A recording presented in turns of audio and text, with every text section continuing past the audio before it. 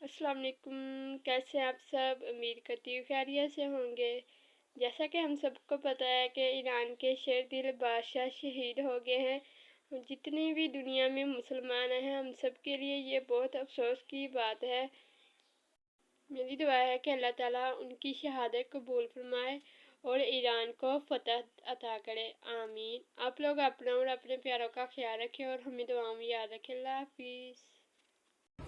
آنے والی نسلوں کو ضرور بتانا ہے کہ ہم نے وہ وقت بھی دیکھا ہے جب ایک 86 سال کے بزرگ تنہا کھڑے ہوئے اپنے موقف اور دین کی خاطر ڈٹے رہے، جبکہ کئی اسلامک ممالک خاموشی اختیار کیے ہوئے تھے۔